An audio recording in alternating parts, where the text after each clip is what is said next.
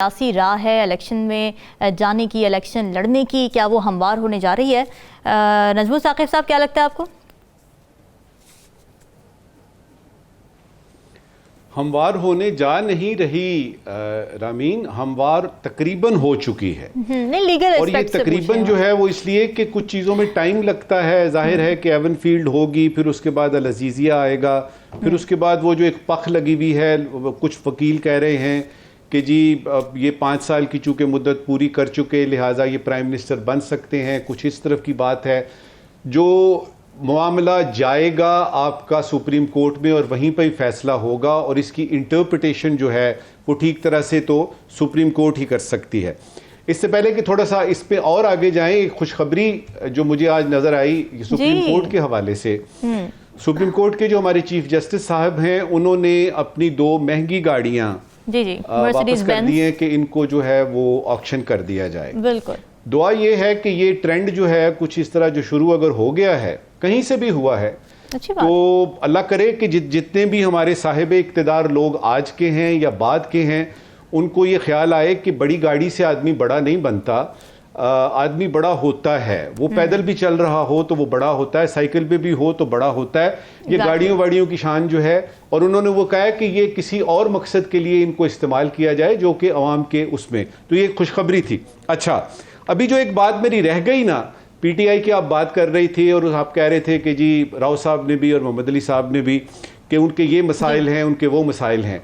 मुझसे पूछे तो सिर्फ एक मसला है पीटीआई का जब से कि खान साहब गए हैं जेल में, और वो मसला ये है कि ये जो कैलेंडर हमारे पास है ना 2023 का, इसमें से 9 और 10 मई निकालें कैसे? सही है। ये वो वाहिद मसला है जो कि इस वक्त पीटीआई को दरपेश है। अब मसला ये है कि कैलेंडर में ये 2 डेटें गुजर चुकी हैं, और उसके असरात जो हैं ये तो इलेक्शन से आने तक तो होंगे, उसके बाद तक भी जारी रहेंगे। और इसमें ये कहना कि जी ये अभी ये जो है अब इंट्रा पार्टी थी, अभी एक रेफरेंस हमने देखा है कि, और तो यके बाद दीगरे हम देखते चले जाएंगे कि इनको बिल्कुल हफ जाएंगे ये, उसके बावजूद भी ये सिलसिला चलता रहेगा। मेरी अपनी असेसमेंट है कि बहुत ही नामुमकिन होगा, बहुत ही नामुमकिन होगा अगर खान साहब को इलेक्शन की इजाज़त मिलेगी, अदालतें जो हैं वो यानी देंगी इजाज़त, या ये है कि जो माहौल और सियासत का जो फजा है वो इनको देगी। अब क्या होगा, जो ये बैरिस्टर गौहर साहब की बात है ना, देखिए खुदा ना खास्ता अल्लाह करे कि खान साहब जो है वो ता क़यामत जिंदा रहें, आमीन सुम्मा आमीन। लेकिन अगर कुछ हो जाता है तो इस वक्त जो खखेड़ शुरू होगी, जो मसाइल शुरू होंगे, या फर्ज करें कि बैरिस्टर गौहर साहब पक्के ही हो जाते हैं। अच्छा, पक्के हो जाते हैं।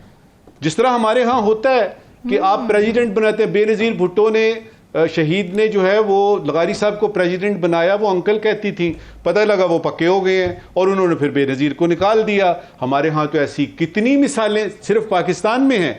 तो ये इसका भी शायद ख्याल खान साहब ने रखा होगा कि अगर ये पक्का हो गया तो फिर होगा क्या।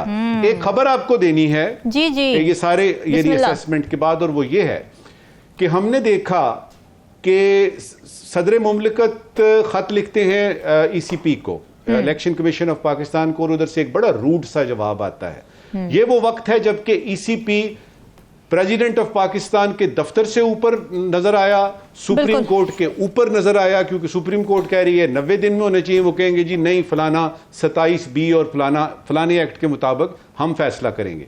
फिर अब उस देखा हमने कि जब इलेक्शन की डेट तय हो जाती है, 8 फरवरी तय हो जाती है, उस वक्त से लेके अब तक हमने देखा कि ईसीपी का नामो निशान नहीं है। तो खबर मैं आपको ये दे रहा हूं कि 4 हफ्तों के अंदर अंदर हम देखेंगे कि ईसीपी एकदम से आपको लगेगा कि ये वो वापस आ गया है, उसका वो गुस्सा, उसका वो गुरूर, उसका वो हिसाब किताब ठस्सा जिसको कहते हैं ना, वो वापस आ गया है। क्योंकि 2 बातें होंगी। एक तो बात ये है कि इंट्रा पार्टी का हिसाब किताब जो है, क्या ये ठीक हुए हैं पीटीआई में कि नहीं हुए, ये फैसला उन्होंने करना है। अगर ये ठीक हुए हैं तो बल्ले का निशान जो है वो किसको देना है, इसका फैसला भी वहीं पे होगा। तो ये आपसे खबर शेयर करनी थी। एक दो और खबरें हैं, लेकिन जरा ऐसे में सुप्रीम कोर्ट का क्या रोल होगा, ये भी बड़ी इंपॉर्टेंट बात है, क्योंकि सुप्रीम कोर्ट के हुक्म पर इलेक्शन कमीशन पर गया था सदर के पास।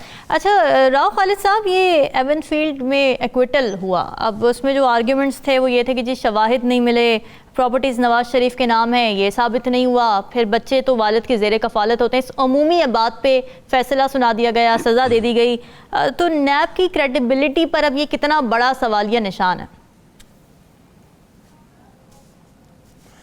ये नैब क्यों जी, अदालतों की क्रेडिबिलिटी पे क्यों नहीं सवाल उठता।